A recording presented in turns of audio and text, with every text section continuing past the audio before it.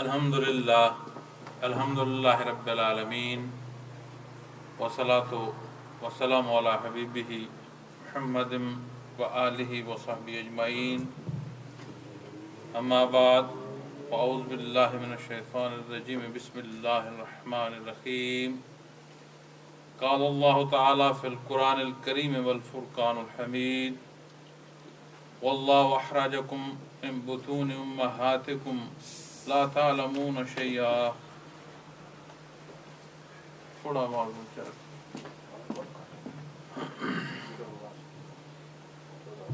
بس اب ٹھیک ہے چھوڑ دے سمجھ نہیں آئی. اعوذ باللہ من الشیطان الرجیم بسم اللہ الرحمن الرحیم واللہ اخرجکم من بطون امہاتکم لا تعلمون شیئا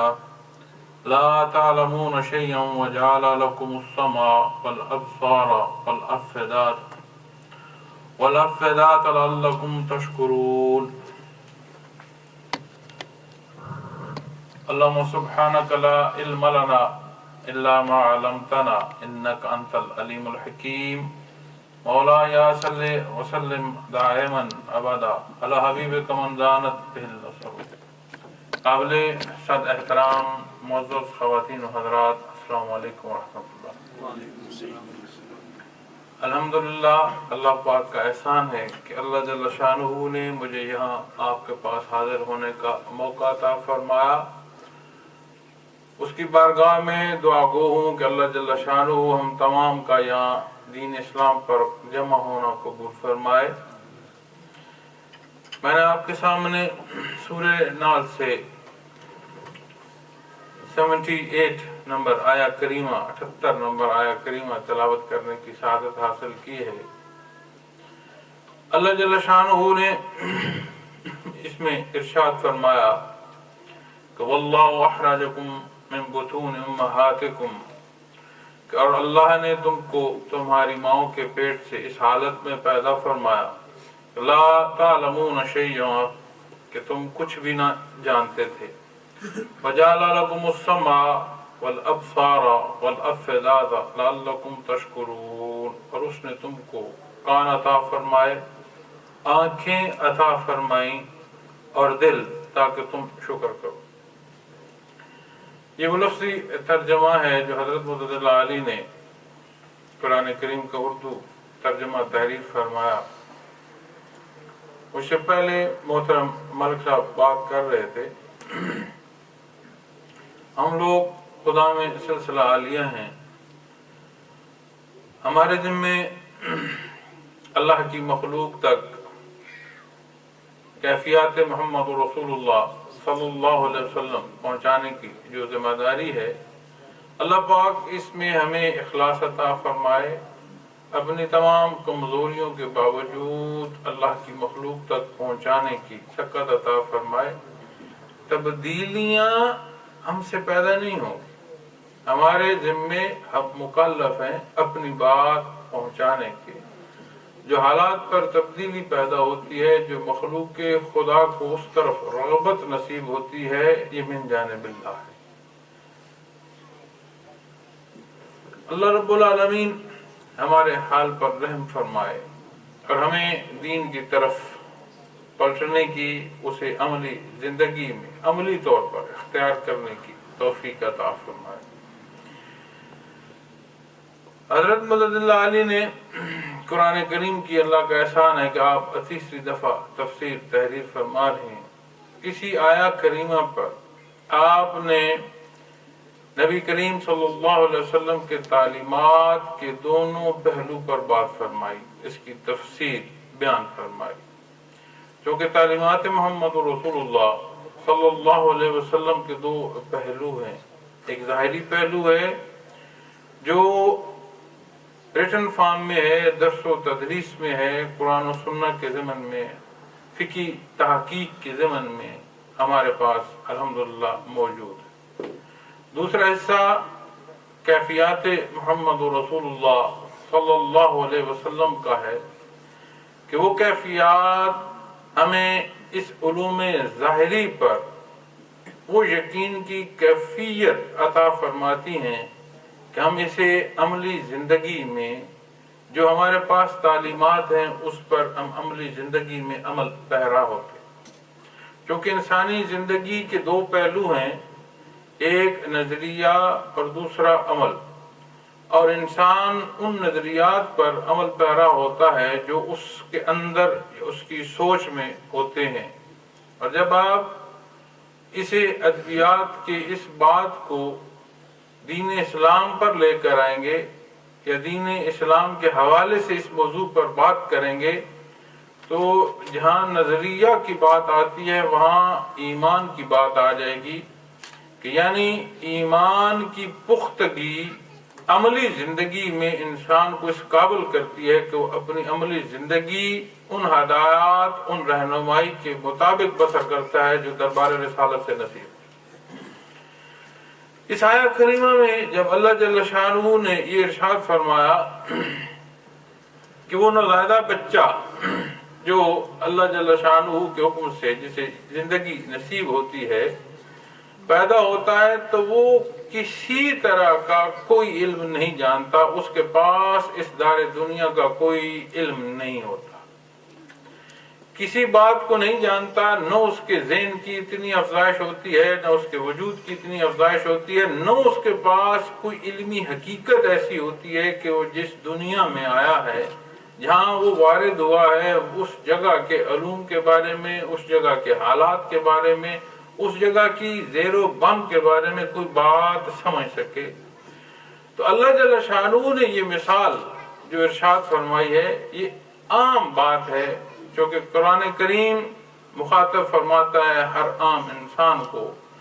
کلام ذات باری تعالیٰ ہے، اس کی وسعت بے حساب ہے، اس کی بے شمار انداز ہے، تکوینی امور پر بار ہوتی ہے، لیکن اگر کوئی عام آدمی اٹھ کر سمجھنا چاہے تو دربار رسالت سے جو اس کی تشریح تفسیر بیان کر دی گئی ہے، کوئی کسی آیا کریمہ میں کسی ایک حکم میں کوئی ابہام نہیں ہے، انتہائی سہل اور آسان ہے۔ پھر اللہ رب العالمین جو مثالیں ارشاد فرماتے ہیں، اسی حوالے سے ضمناً بات عرض بھی کر دوں کہ قرآن کریم میں سابقہ اقوام کے واقعات بھی ہیں، تو اسی حوالے سے مقصد یہ نہیں ہے کہ سابقہ اقوام کے حالات یا ان کے واقعات فقط بیان کرنا یا فقط اطلاع دینا مقصود ہے، نہیں، وہ جیسے حالات بیان فرمائے گئے ہیں ایسے حالات آج بھی کوئی اگر اختیار کرے گا، اپنی زندگی کی روش اس طرح اختیار کرے گا کہ جس طرح ان اقوام کے حالات بیان ہیں، تو جو نتائج تب بیان کیے گئے آج بھی اسے وہ بھگتنا پڑیں گے۔ تو جو ذرائع اس بچے کو کہ جو یہاں پیدا ہوا، کیونکہ دین اسلام ہمیں جو تعلیم دیتا ہے وہ قرآن کریم سے آپ اس کی رہنمائی لیں، احادیث مبارکہ سے رہنمائی لیں، تو مقصد تخلیق جو ہے اس انسان کی، اس اشرف المخلوق کی، اللہ کی عبادت کرنا ہے، جو قرآن و احادیث ہمیں تعلیم فرماتے ہیں کہ بنی نوع انسان کو اللہ نے پیدا فرمایا ہے اپنی عبادات کے لیے، کہ وما خلقت الجن والانس الا لیعبدون، کہ مقصد تخلیق اللہ کی عبادت۔ یوں تو اللہ جل شانہ نے بے شمار اس کی مخلوقات ہیں، ایسی مخلوقات بھی ہیں کہ جنہیں جو حکم ہوا جب سے پیدا کیے گئے ہیں، جب تک وہ حکم ہے، جب تک اللہ کو منظور ہے، وہ جس عبادت کے حصے میں ہیں وہیں اسی جگہ پر وہ عبادت گزار ہیں اور عبادت کرتے چلے جا رہے ہیں، ان کے پاس دوسری سوچ کی بھی کوئی گنجائش نہیں۔ اللہ کا احسان ہے، اللہ جل شانہ نے پسند فرمایا وسیلہ محمد رسول اللہ صلی اللہ علیہ وسلم اس بشر پر کرم فرمایا، احسان فرمایا، یہ توفیق بخشی کہ یہ اپنے خالق کو جاننے کی جہد کر سکے، اپنے اللہ رب العالمین کی ذات سے اظہار محبت کر سکے، اپنے اللہ رب العالمین سے اظہار محبت میں تڑپ سکے، یہ اس کا احسان ہے۔ کیونکہ ہم عمومی زندگی میں جب دیکھتے ہیں نا تو سمجھا جاتا ہے کہ شاید دین اسلام پر عمل کرنا ہم بہت بڑا کام کر رہے ہیں یا ہمارا بہت بڑا احسان ہے۔ ایسا نہیں ہے، آپ عمومی زندگی میں بھی اگر مثال لیں تو دنیا کی بھی مثالوں میں اگر کوئی بادشاہ، حالانکہ یہ مثال یہاں جچتی نہیں ہے لیکن بات آسان اور سہل کرنے کے لیے، کہ کوئی بادشاہ اگر کسی غلام کو کسی کام کے لیے پسند کرے تو غلام کا احسان نہیں ہوتا، بلکہ غلام ممنون ہوتا ہے کہ میرے ذمے کوئی ڈیوٹی آئی، مجھے کسی کام کسی امور کے لیے منتخب کیا گیا۔ تو اللہ جل شانہ کی بے شمار مخلوقات ہیں، ان مخلوقات میں اشرف المخلوق ہونے کا، ہمیں میں محمد رسول اللہ صلی اللہ علیہ وسلم کا مبعوث ہونا، یہ اللہ کے بہت بڑے احسان ہیں۔ یہ زندگی ایسی عام نہیں ہے کہ روز مرہ کے گفتگو میں ہم یہ کہہ دیں ہاں وقت گزر رہا ہے، وقت اچھا گزر گیا، وقت گزر رہا ہے، ایسی بات نہیں۔ یہ انتہائی قیمتی لمحے ہیں کہ ہمیں اس سمجھ کی ضرورت ہے کہ اللہ جل شانہ نے یہ جو مثال عطا فرمائی کہ ایک بچہ، اسے کچھ سمجھ نہیں ہے، اسے اپنا تحفظ، اپنے خوراک، اپنی ضروریات کی تکمیل کی بھی سمجھ نہیں ہے، تو اسے جب اس دار دنیا میں پیدا فرمایا تو حصول علوم کے اللہ جل شانہ نے ذرائع عطا فرمایا۔ یہی اس بشر کے ساتھ ایک اللہ نے امتحان رکھا ہے، کسے ذرائع عطا فرمائے ہیں، ذاتی استطاعت، وجودی استطاعت میں ذرائع استعمال عطا فرمائے ہیں، پھر درس و تدریس اور رہنمائی کے لیے انبیاء اور رسول مبعوث فرمائے، سوچ دی ہے، سمجھ دی ہے، اور اس زندگی میں یہی امتحان ہے کہ انسان کس فیصلے پر پہنچتا ہے کہ انا ہدینہ السبیل اما شاکرا اما کفورا، کہ راہ ہدایت اس کے سامنے بچھا دی جاتی ہے، انبیاء اور رسول اس کو تعلیم دیتے ہیں، مقصد تخلیق بیان فرماتے ہیں، وہ پھر انہی ذرائع سے جو اللہ جل شانہ نے اسے عطا فرمائے ہیں علوم حاصل کرتا ہے، رہنمائی حاصل کرتا ہے، اور جب اس نتیجے پر پہنچتا ہے کہ اللہ نے مجھے کس لیے پیدا فرمایا، اللہ سے اس اظہار محبت، اس عبادات کے حوالے سے جس کے لیے اللہ نے پیدا فرما پہنچتا ہے تو اللہ کے مقرب بندوں میں ٹھہرتا۔ قرآن و حدیث صرف اس زندگی سے متعلق نہیں ہمیں رہنمائی فرماتی، بلکہ ہمیں وہ علوم بھی شرائط ایمان میں بھی شامل ہیں، وہ علوم بھی جو اس زندگی کے بعد ہیں، برزخی حیات برزخیہ سے متعلق ہیں، پھر روز محشر سے متعلق ہیں، پھر عبدالآباد زندگی سے متعلق ہیں۔ تو محترم و معزز خواتین و حضرات، اس آیہ کریمہ کی روشنی میں جو بات سمجھ آتی ہے کہ وہ بچہ جسے اپنے وجود کی ضروریات کی سمجھ نہیں کہ کیسے تکمیل کرے گا، اللہ جل شانہ نے اسے یہ 3 ذرائع ایسے عطا فرمائے ہیں کہ ان 3 ذرائع سے وہ اپنے وجود کی ضروریات کی تکمیل کے لیے قابل ہو جاتا ہے، اور پھر انہی ذرائع سے وہ اس علم کو حاصل کرنے کے لیے بھی جہد کر سکتا ہے جو اسے اللہ جل شانہ کی رضا تک پہنچاتا ہے۔ جیسے پہلا ذریعہ وَجَعَلَ لَكُمُ السَّمْعَ وَالْأَبْصَارَ، پہلا ذریعہ کہ تمہیں کان عطا فرمایا۔ قوت سماعت وہ قوت ہے کہ جس کا وہ بندہ اندازہ نہیں کر سکتا کہ جس کی سماعت درست۔ ہمارے معاشرے میں بے شمار بچے ایسے ہیں جو بول نہیں سکتے، اور اگر کثیر تعداد جو بچوں کی نہ بولنے والوں کی ہے وہ ہیں جن کی قوت سماعت متاثر ہوتی ہے، زبان ٹھیک ہوتی ہے، میڈیکلی جو ریسرچ کی جاتی ہے تو وہ بچے آواز سن نہیں پاتے جس سے وہ ان آوازوں کو سمجھ سکیں کہ کس آواز سے کیا مفہوم ڈیلیور ہو سکتا ہے، کوئی جو بول رہا ہے وہ کس انداز، کس زیر و بم سے بول رہا ہے، تو اس سے جو ترجمہ میں نے سمجھنا ہے وہ اس سے بچپن کی عمر سے بڑھتے تک وہ چیزیں اخذ کرتا رہتا ہے، اور کثیر تعداد جو بول نہیں سکتے وہ قوت سماعت ان کی متاثر ہوتی ہے۔ اسی طرح بات آ جاتی ہے سننے سے علم حاصل کرنا، تو ضروری نہیں ہے کہ کوئی میرے لیے ہی صرف بول رہا ہو۔ اب ہم یہاں میں گفتگو ہیں، یہاں پر اگر کوئی کام کر رہا ہے، یہاں سے کوئی اگر گزر رہا ہے کسی اپنے کام کے لیے آیا ہے، تو اس کی قوت سماعت یہاں پر جو بات ہو رہی ہے اس کے علم حاصل کرنے کا ذریعہ بن سکتی ہے۔ پھر جو بیانات سنے جاتے ہیں، درس و تدریس کی باتیں اور رہنمائی علماء کرام سے سنی جاتی ہیں، تو قوت سماعت بچے کو وہ پہلی اللہ کی عطا ہے جس سے وہ پہلا ذریعہ علم اسے نصیب ہوتا ہے، جس سے وہ علوم کی پہلی سیڑھی پر چڑھتا ہے۔ والابصار، تو جب والابصار کی بات آتی ہے تو آنکھیں۔ اب اگر پڑھنا پڑھانا ہے، آپ آواز نہ سنیں، بے شمار امور ایسے ہیں جو ہم دیکھ کر زندگی کی اس سے تجربات حاصل کرتے ہیں۔ میں آپ کے سامنے قرآن کریم کی تلاوت کر رہا ہوں تو یہ تلاوت میں دیکھ کے کر رہا ہوں، اور میری گفتگو آپ قوت سماعت سے سماعت فرما رہے ہیں، تو یہ دونوں ذرائع عملی زندگی میں اگر آپ خیال فرمائیں تو سمجھ آتی ہے کتنے ہیں۔ پھر ان دونوں ذرائع سے حاصل ہونے والے علوم وہ علوم ہیں جو علوم ظاہریہ ہیں۔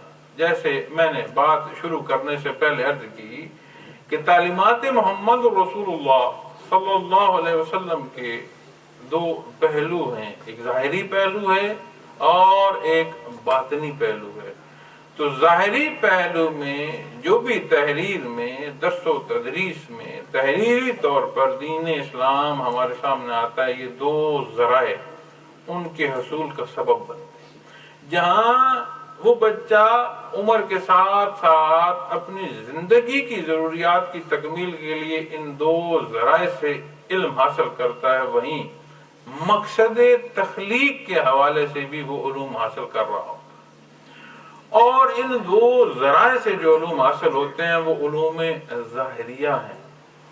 آج جس وقت میں اور آپ زندگی بسر کر رہے ہیں، جب بات تصوف کی جاتی ہے، جب بات سلاسل تصوف کی جاتی ہے، تو اللہ کا شکر ہے بے شمار لوگ ایسے بھی ہیں جو الحمدللہ شعبہ تصوف کو سمجھتے بھی ہیں، اس کے ساتھ عقیدت بھی رکھتے ہیں، محبت بھی ہے، بلکہ اسے اپنی زندگیوں میں اس پر عمل بھی کرتے ہیں۔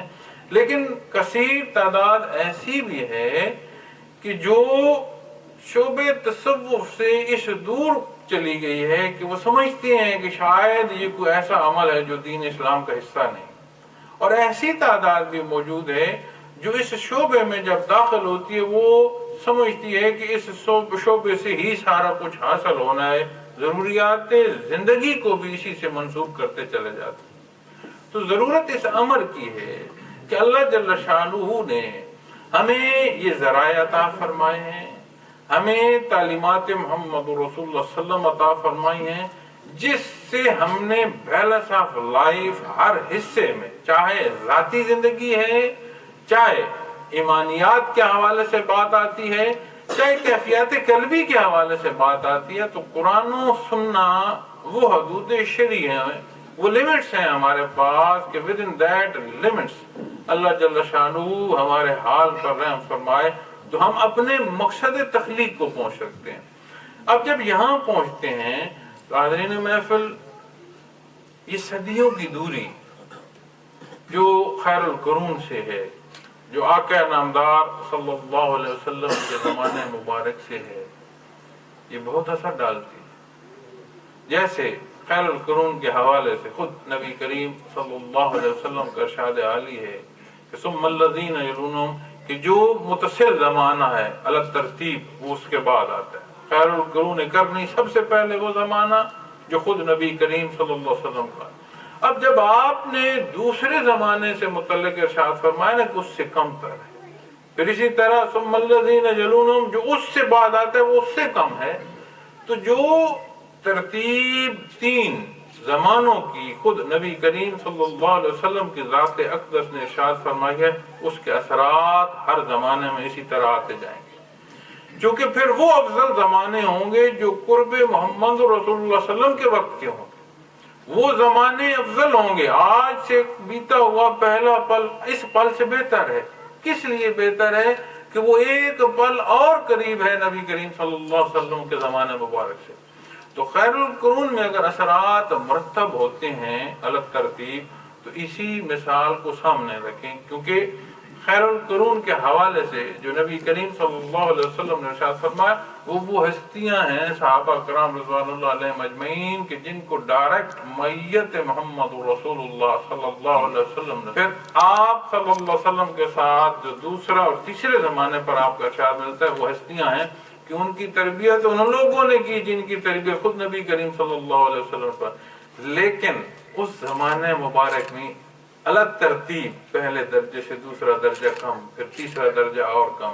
حالانکہ ایک دفعہ میں ایک واقعہ دیکھ رہا تھا، صحابہ کرام رضوان اللہ علیہم اجمعین کا زمانہ مبارک آخری حصے میں تھا، عہد صحابہ خیر القرون کا آخری حصہ تھا، تو ایک صحابی رسول صلی اللہ علیہ وسلم کی الفاظ ملتے ہیں، وہ فرماتے ہیں اگر نبی کریم صلی اللہ علیہ وسلم کا حکم نہ ہوتا کہ لمبی زندگی کی دعا مانگو تو میں موت مانگتا۔ وہ وقت نہیں رہا، وہ حالات نہیں رہے۔ اب اپنی جگہ پر وہ سچ فرماتے ہیں، کیونکہ انہوں نے اسی شب و روز میں میت محمد رسول اللہ صلی اللہ علیہ وسلم دیکھی۔ جب آپ دار دنیا سے پردہ فرما گئے تو وہ اپنی جگہ پر صحیح فرماتے ہیں۔ اب وہ صحابی رسول جو اللہ کے حبیب کے صحابی ہیں، وہ اپنی زندگی میں یہ بات کرتے ہیں کہ اگر نبی کریم صلی اللہ علیہ وسلم نے ارشاد نہ فرمایا ہوتا، منع نہ فرمایا ہوتا کہ تم اپنی موت نہ مانگو، تو آج اتنا وقت میں کروٹیں پیدا ہو گئی ہیں کہ دل چاہتا ہے کہ اس دنیا سے آنکھیں بند کر لی جائے۔ ایک بزرگ ولی اللہ کے حوالے سے واقعات ملتے ہیں اولیاء اللہ کی کتب میں، وہ روٹی بیچا کرتے تھے اور عجیب آواز دیا کرتے تھے۔ وہ فرماتے تھے کہ باسی دو کی اور تازی ایک۔ تو کسی نے روک لیا کہ حضرت باسی کون خریدے گا آپ سے؟ آپ قیمت لگاتے ہیں دگنی باسی کی، اور تازی آپ ایک کی بیچتے ہیں، باسی آپ دو کی بیچتے ہیں، تو حضرت کون خریدے گا؟ تو تازی دو کی لگائیں اور باسی ایک کی بیچیں تو پھر بھی بات سمجھ آتی ہے۔ فرمایا کوئی نہ لے، کوئی نہیں لیتا نہ لے، یہ مجھے سمجھ ہے، یہ جو باسی ہے یہ تازی سے قیمتی ہے۔ حضرت کیسے قیمتی ہے؟ فرمایا ایک وقت اور نزدیک ہے نبی کریم صلی اللہ علیہ وسلم کے زمانے مبارک، تم کیا جانو گے اس کی قیمت کیا ہے؟ یہ اس سے قیمتی کو نہیں خریدتا، نہ خریدے، لیکن یہ اس سے قیمتی ہے۔ تو حاضرین محفل، حالات جو آج ہمارے پاس ہیں اس میں وہ وقت بھی حصہ ہے، اس وقت کا بھی حصہ ہے۔ یہ جو دوری ہے ہمیں، یہ جو 14-15 صدیوں کی دوری ہے، یہ بھی حالات پر اثر انداز ہوتی ہے۔ اب جب یہ دوری حالات پر اثر انداز ہوئی، دین اسلام کو رواجی انداز میں جب لیا گیا، تو آج اگر میں اور آپ اپنی زندگی میں دیکھیں تو سمجھ آتی ہے کہ علماء کرام کی حوالے سے، چونکہ آج من حیث القوم دار دنیا میں ہم بہت پیچھے ہیں، تو جو لیڈنگ اقوام ہوتی ہیں اصول وہ وضع کرتی ہیں اور دنیا میں اس کے مطابق عمل ہوتا ہے۔ ہمارے نظام تعلیم اس طرح کا کر دیا گیا ہے کہ اس نے بے شمار ہمارے معاشرے میں فاصلہ پیدا کر دی۔ آج اگر دین کے حوالے سے بات آتی ہے تو یہ سمجھا جاتا ہے کہ دین کو پڑھنا، سمجھنا یا اس سے حوالے سے کسی کو پوچھنا پڑے تو یہی سمجھا جاتا ہے کہ صرف علماء کرام کے ذمہ ہے۔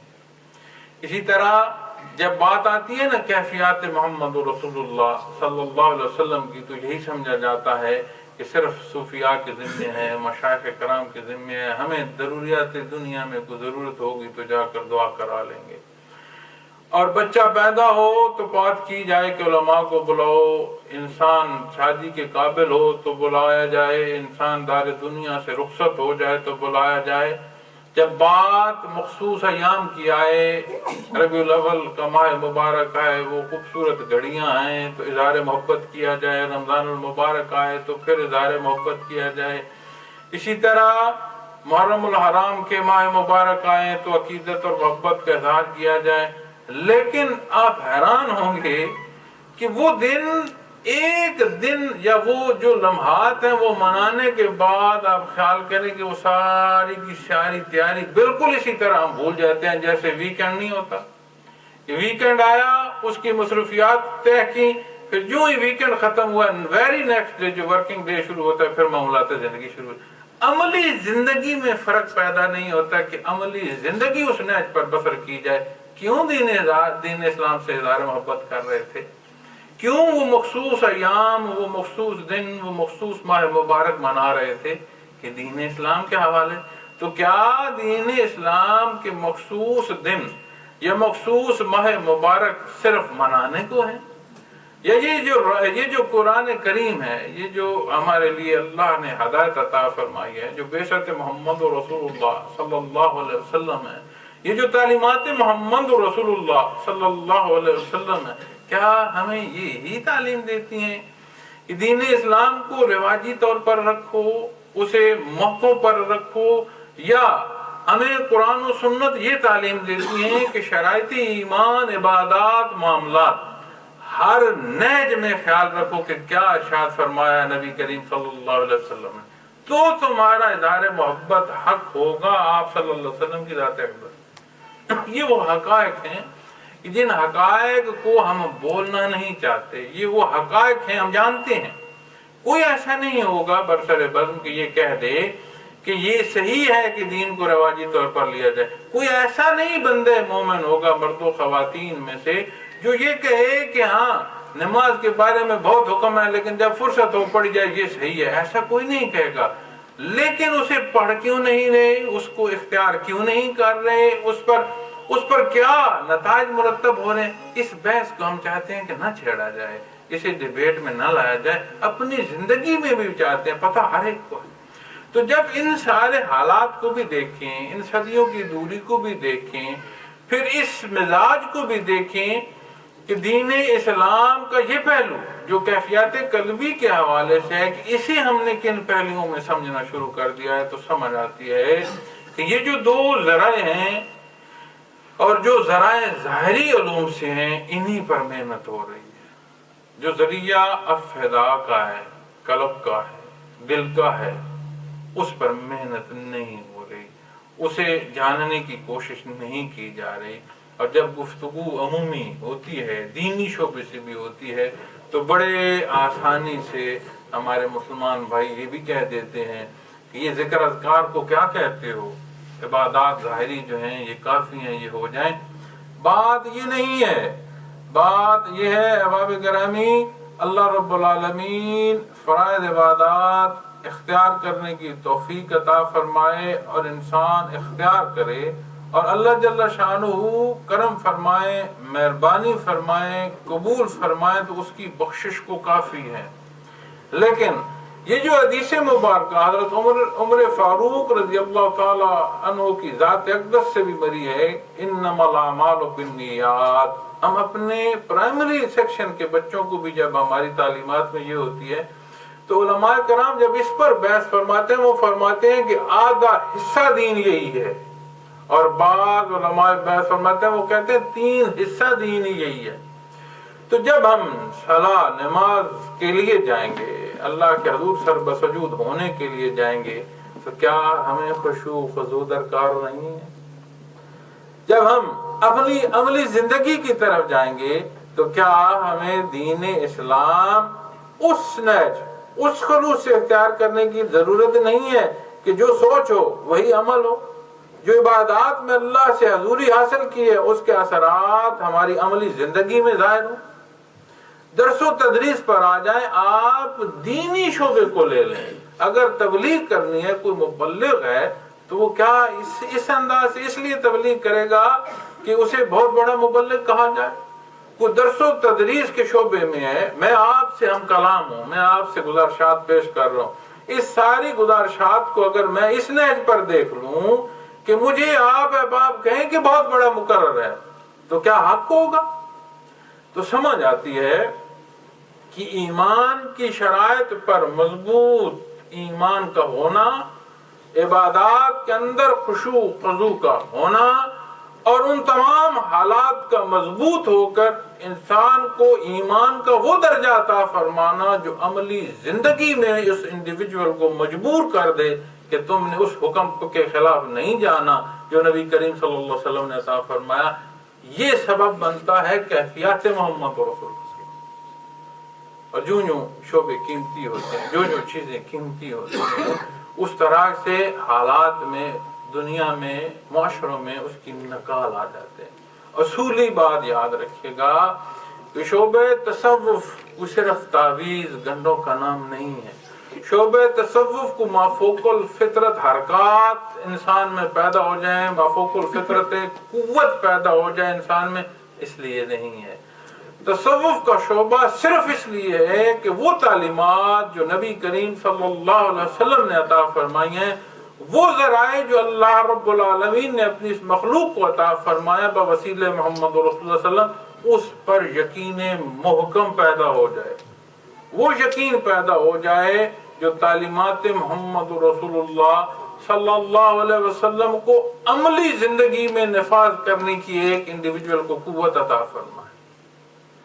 اور یقین مانے اللہ رب العالمین، میں نے بات کی ہے کہ اللہ رب العالمین فرائض عبادات اختیار کرنے کی توفیق عطا فرمائے. ہماری تمام کمزوریوں کے باوجود اپنی رحمت سے اسے قبول فرمائے تو بخشش کو کافی ہے. لیکن جب مقصد تخلیق کی طرف آؤ گے، جب بات اس حدیث قدسی کی طرف لاؤ گے کہ کنت کنزا مخفیا فاحببت ان اعرف وخلقت الخلق، جب بات لاؤ گے مقصد تخلیق پر، تو نبی کریم صلی اللہ علیہ وسلم کا یہ ارشاد اپنی زندگی میں اسے کیا جگہ دو گے کہ اللہ جل شانہ ارشاد فرماتے ہیں کنت کنزا مخفیا، میں ایک ایسا خزانہ تھا جو چھپا ہوا تھا، کوئی نہیں جانتا. مخلوق کی جرت نہیں ہے کہ وہ اللہ رب العالمین کی ذات سے شناسائی کا سوچ بھی سکے. ایسا خزانہ جسے کوئی نہیں جانتا. فاحببت ان اعرف، میں نے چاہا تو کوئی ہو جو میری محبت میں تڑپے، کوئی ہو جو میرے قرب کے لیے اپنی خواہشات قربان کرے ان احکامات پر جنہیں میں اس پر نازل کروں. فخلقت الخلق، تو میں نے مخلوق پیدا کی. اللہ نے اپنے قرب حاصل کرنے کے لیے کہ اللہ جل شانہ کا قرب نصیب ہو اس مشت غبار کو، کتنی بڑی احسان، کتنا بڑا کرم ہے. یہ جو بات کی جاتی ہے نا کہ ہمیں دین اسلام پر آنا چاہیے، دین تو ہماری ضرورت ہے. قابل احترام معزز خواتین و حضرات، دین اسلام کو ہماری ضرورت نہیں، ہمیں ضرورت ہے دین اسلام کی. ہم نہیں ہوں گے کوئی اور آ جائے گا، وہ نہیں ہوگا کوئی اور آ جائے گا. کل کائنات اللہ نہ کرے انکار کر دے ذات باری تعالیٰ کا، انکار کر دے تعلیمات محمد رسول اللہ صلی اللہ علیہ وسلم کا، ایک نقطے کی کمی نہیں کر سکتی.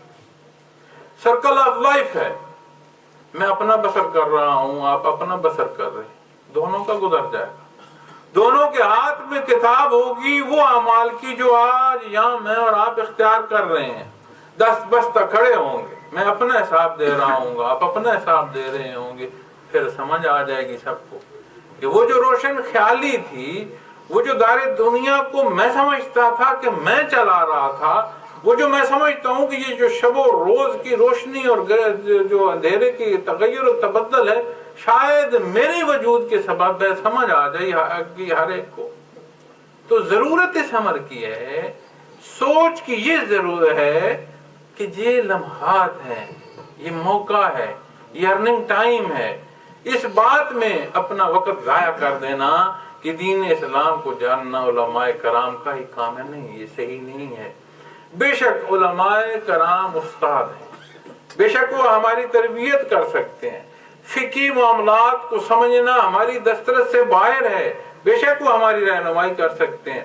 اسی طرح مشائخ کی طرف آئیں گے تو صرف مشائخ کے ذمہ نہیں ہے کہ کیفیات قلبی وہ حاصل کر، ہر بندے مومن کے لیے ضروری ہیں. یہ تو اللہ کا احسان ہے کہ اللہ جل شانہ ایسی ہستیاں عطا فرمائے جو ہماری تربیت فرما دیں، ہماری ضروریات دین سے متعلق وہ فلفل کر سکیں، ہماری رہنمائی کر سکیں.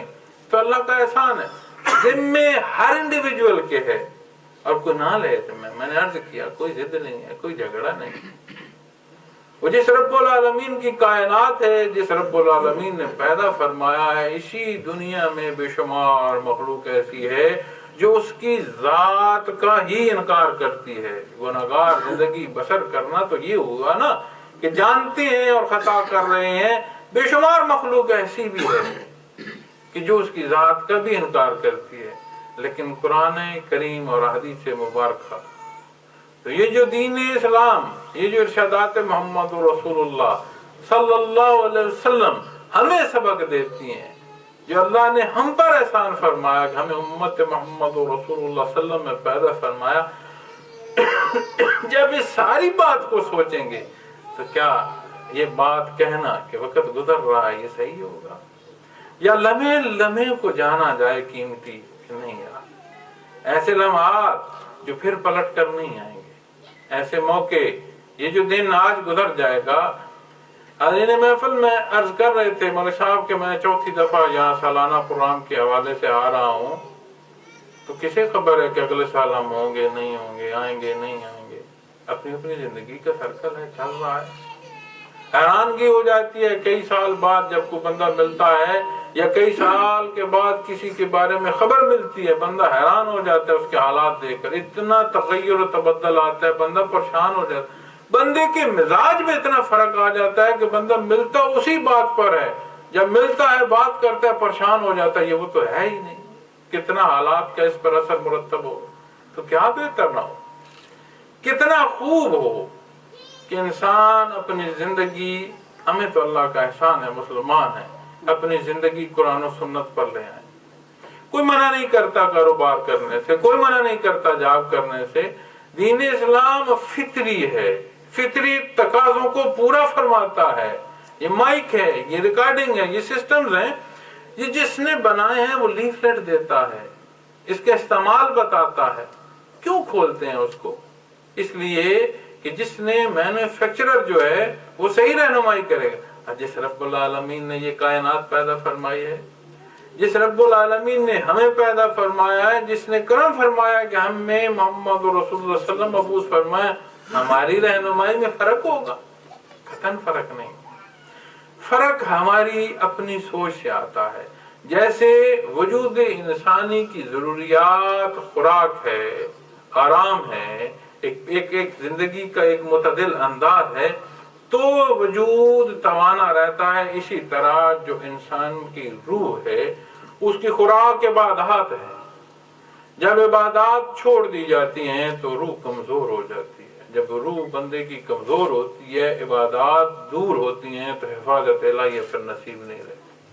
پھر شیطان اٹھے تو بے شک اس روح کو گرا لے، پھر نفس اٹھے تو بے شک ہمیں وہاں اٹھا کر گرا دے، ہمارے سجدے وہاں کراتا رہے جہاں ہمیں اللہ منع فرماتا ہے۔ پھر حالات گرد و پیش کی مجبوریاں، معاشرے کی برائیاں، جہاں دل ہے ان کا ہمیں غوطہ دیتی رہیں، جہاں دل ہے ہمیں ڈبو دیں، بندہ ڈوبتا چلا جاتا ہے۔ عبادات اختیار کرنے سے انسان کی روح مضبوط ہوتی ہے۔ جب روح مضبوط ہوتی ہے، عبادات اللہ جل شانہ قبول فرمائے تو حفاظت الہیہ کا حصار نصیب ہو جاتا ہے، اور جسے حفاظت الہیہ نصیب ہو جائے اسے شیطان کیا کرے گا؟ اسے نفس کہاں لے کر جائے گا؟ اسے حالات دنیا کدھر لے کر جا سکتی ہیں؟ ادارے دنیا اسباب ہیں۔ آپ اپنے گرد و پیش دیکھیے گا، آج جس دنیا میں ہم سمجھداری سمجھتے ہیں کہ یہ سمجھداری ہی ہے جو مجھے اس دنیا میں لیے پھر رہی ہے، آپ حیران ہوں گے، معاشرے میں غور کیجیے گا، بے حساب لوگ ایسے بھی ہیں کہ جنہیں اپنے وجود کی جو ضروریات ہیں ان کی تکمیل کی سمجھ نہیں ہے، لیکن دنیا میں انہیں اللہ نے اتنا عطا فرما دیا، بندہ پریشان ہو جاتا ہے کہ اتنی ارننگ اس کے پاس آئی کہاں سے؟ اتنی سادگی مزاج میں ہوتی ہے کہ سمجھ نہیں آتی کہ اس نے اتنی محنت کیسے کر لی، اس کے حالات کیسے۔ اگر سادگی اور عقل مندی پر دنیا کا انحصار ہوتا تو کیا سمجھتے ہیں سادے قید کدھر ہوتے؟ بھوکے مر گئے ہوتے، انہیں کھانا کسی نے نکالنے دیا ہوتا۔ یہ جو مقابلے چل رہے ہیں دنیا میں، اس میں اگر سادہ لو صرف اپنی ذاتی استعداد پر ہی لوگوں نے رزق کو کمانا ہوتا اور رزق حاصل کرنا ہوتا تو سادے مر گئے ہوتے، انہیں پانی کا گھونٹ نہ کسی نے پینے دیا ہوتا۔ تو ہمارے گرد و پیش ایسے لوگ، بندہ حیران ہو جاتا ہے یہ کیسے یہاں۔ تو یہ وہ چیزیں ہیں، یہ وہ عمل ہیں جس سے سمجھ آتی ہے کہ نہیں، رزق کی تقسیم رب العالمین کی، مجھے اور آپ کو جہاں جس شکل و صورت جس انداز میں پیدا فرمایا ہے یہ اس کا بہترین فیصلہ ہے، ہماری صحیح ترین یہی جگہ ہے۔ اور میں اور آپ جب گفتگو کرتے ہیں تو دنیا کی بات کرتے ہیں، دین اسلام کی تاریخ کی بات کرتے ہیں، اور عجیب بات ہے ہم من حیث القوم یا ماضی میں رہتے ہیں یا مستقبل میں رہتے ہیں، حال پر تو گفتگو ہوتی نہیں ہے، اور اگر کوئی گفتگو ہو رہی ہو تو وہ معاشرے کی ہوتی ہے، ذات کی پھر بھی نہیں ہوتی۔ تو کیا اچھا ہو کہ اپنا حال دیکھیں، میں بھی دیکھوں، آپ بھی دیکھیں، معاشرے کو چھوڑیں، میں بھی اپنا گریبان جھانکوں، آپ بھی اپنا گریبان جھانکیں۔ معاشرے حقوق و فرائض کا ایک بیلنس ہوتے ہیں۔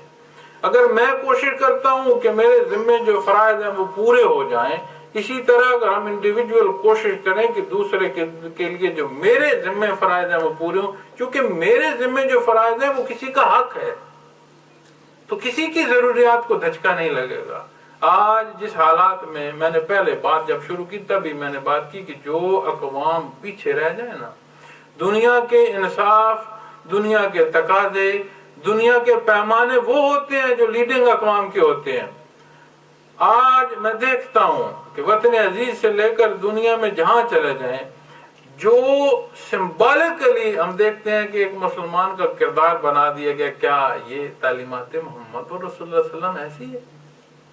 بلکہ یقین منے پریکٹسنگ مسلم جو تعلیمات محمد رسول اللہ صلی اللہ علیہ وسلم پر عمل کرنے والا ہے، اس سے صرف مسلمان نہیں، صرف انسان نہیں، بلکہ کل اللہ کی مخلوق کو سکھ ہوگا۔ جب بات ذات کی آتی ہے نا، ذاتی سوچوں کی آتی ہے، ذاتی انا کی آتی ہے، تو پھر لوگوں کے لیے مسائل پیدا ہوتے ہیں۔ اللہ نے آپ کو یہاں، آپ کا رزق یہاں لکھا ہے، آپ اپنی رزق یہاں سے اکٹھا کر رہے ہیں، آپ کی اس فضاؤں میں سانسیں مقرر تھیں، اس زمین پر قدم رکھنا مقرر تھے، آپ اپنے حصے کو لیے پورا کرتے پھر رہے ہیں۔ حضرت مدد اللہ علی کے ایک دوست فوت ہو رہے تھے، تو فوت ہوتے ہوئے بیٹی ان کی اٹھی تو اس نے چمچ سے پانی ڈالا ان کے منہ میں، انہیں ہچکی آئی تو پانی گر گیا، پانی نہیں لے سکے، تو انہوں نے کہا بیٹا میں اپنے حصے کا کھا پی چکا ہوں، اب مجھے تنگ نہ کرنا، میں اب پانی کا گھونٹ نہیں لے سکتا، میرا وقت قریب ہے، میں اپنے حصے کا کھا پی چکا ہوں۔ تو یہ جو زندگی میں اور آپ پھر رہے ہیں، اپنا حصہ، اپنا دانا اپنی جگہ سے ہم اکٹھا کرتے ہیں، اپنے حصے کی فضاؤں میں سانسیں لیتے ہیں، اپنے حصے کے قدم جو اللہ کی زمین پر جہاں جہاں رکھ رہے ہیں، کاؤنٹ یہ ہوگا کہ وہ کیسے زندگی اختیار کی ہوگی، پھر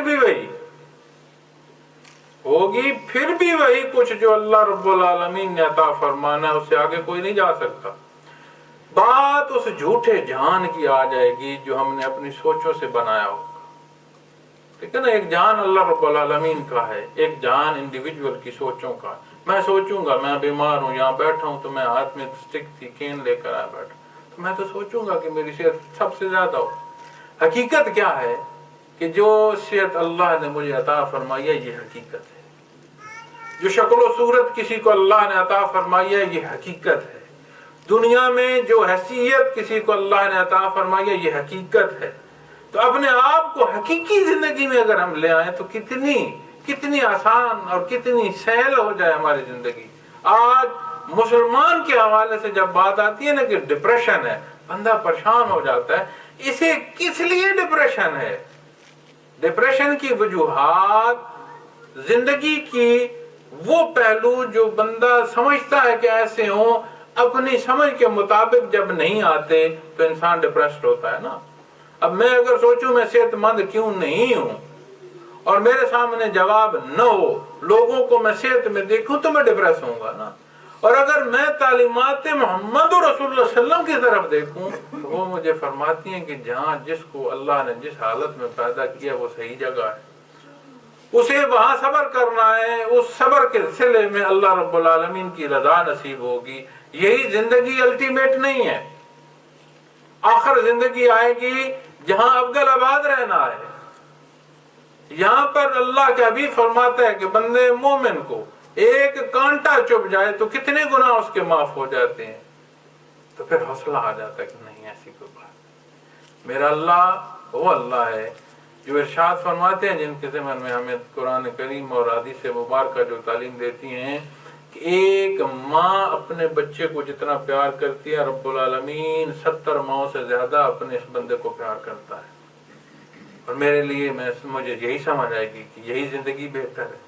پھر جب مجھے سمجھ آئے گی کہ یہ میرے لیے بہترین ہے تو پھر مجھے ڈپریشن کاہے کا؟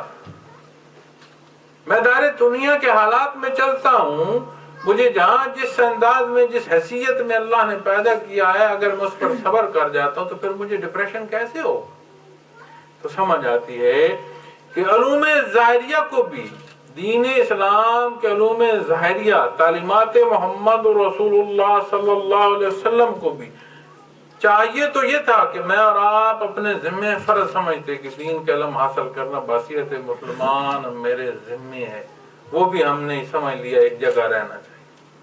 پھر بات جب علوم کے حصول کا تیسرے ذریعے کی آئے گی، میں بادشاہ اللہ نے پیدا فرمایا یہ دل قلب، جب اس کے علوم کی بات آئے گی تو شناسائی کوئی نہیں، جانتا کوئی نہیں، یا کوئی رد کرتا ہے، اور اگر کوئی مانتا ہے تو شرک کی حد کو چلا جاتا ہے. ہم نے ماننا بھی اور کسی چیز کا انکار بھی کرنا ہے تو ہمارے لیے تعلیمات محمد رسول اللہ صلی اللہ علیہ وسلم، کوئی فضاؤں میں اڑ کر آ جائے، کوئی پانیوں پر چل کر آ جائے اور اس کی زندگی قرآن و سنت کے مطابق نہ ہو، وہ ولی اللہ نہیں ہو سکتا، اور جو کوئی مرضی ہو. شرط ہے دین اسلام، شرط ہے قرآن و سنت کہ یہ ثبوت ہیں کہ یہ قرب الہی کے رستے پر چل رہا ہے. اس سے ہٹ کر کوئی بات آئے گی تو وہ قرب الہی کا رستہ نہیں ہو، وہ شیطان کا رستہ ہو سکتا ہے، کچھ ہو سکتا ہے، اللہ کی طرف جانے کا وہ رستہ نہیں ہو سکتا.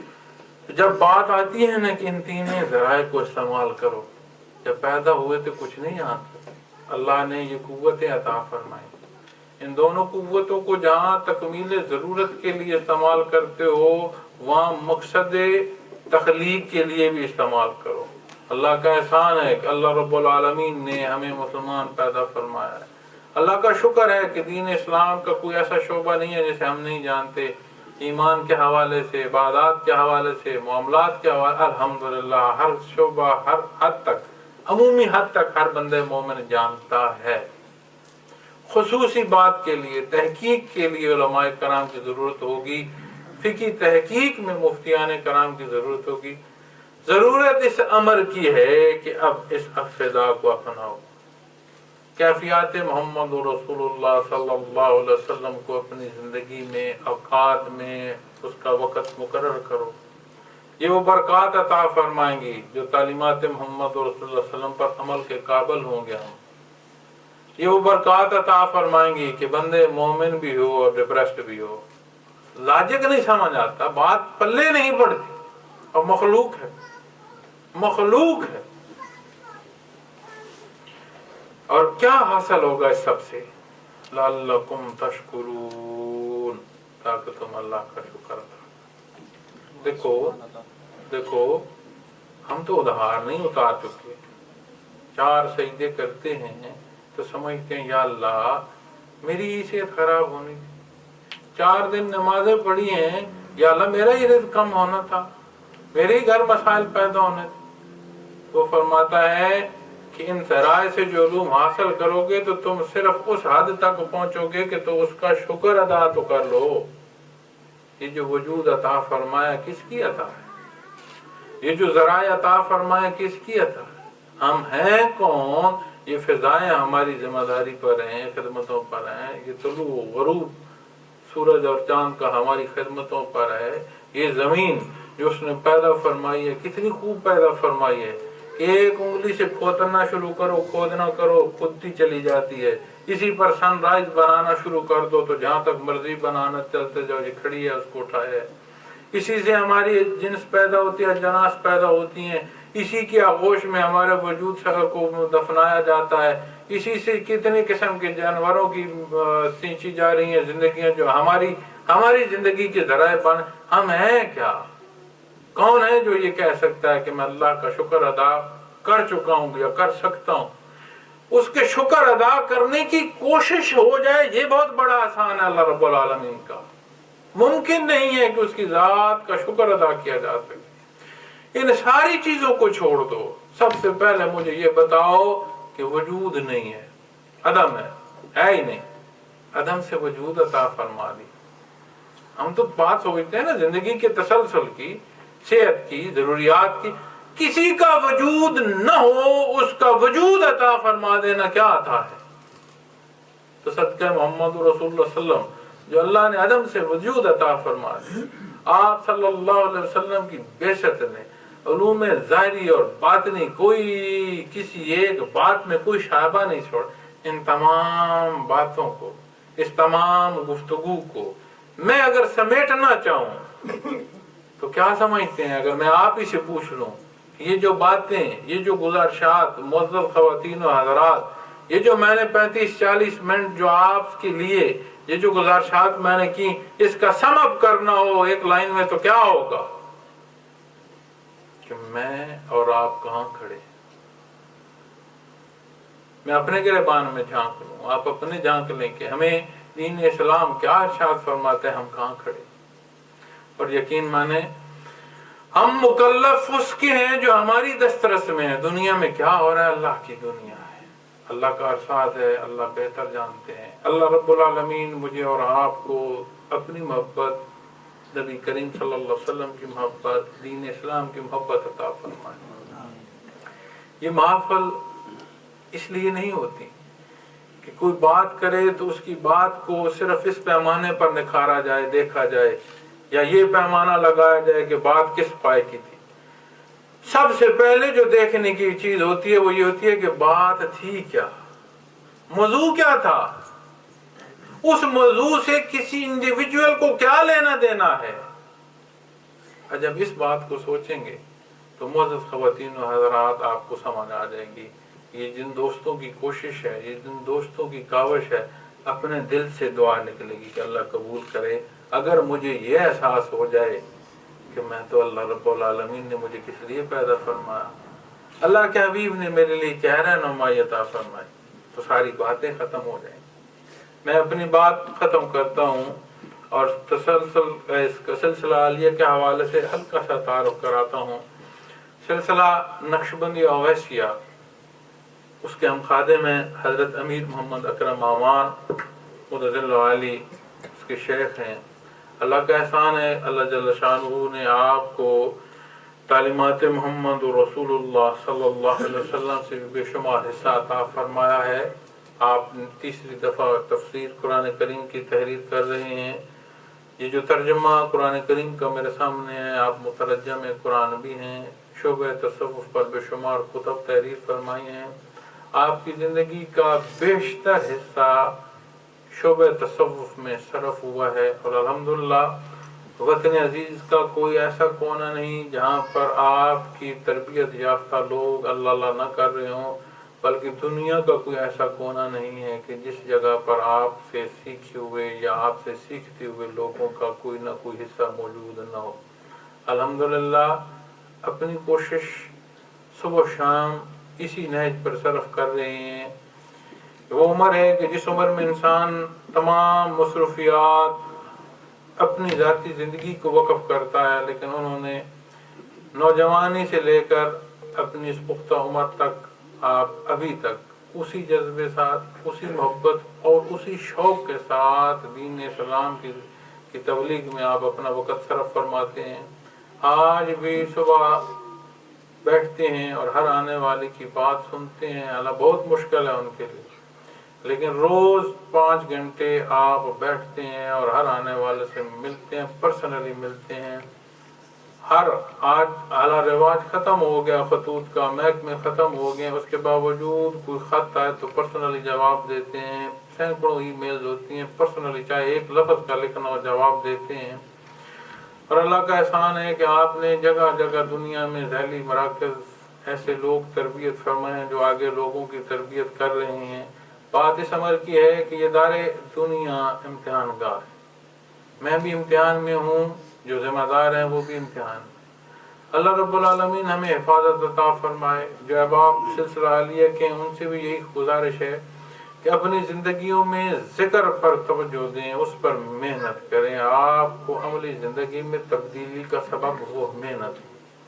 اور جو آپ احباب سے تعارف کے حوالے سے عرض کر رہا تھا کہ سلاسل تصوف میں طریقے ذکر مختلف ہیں۔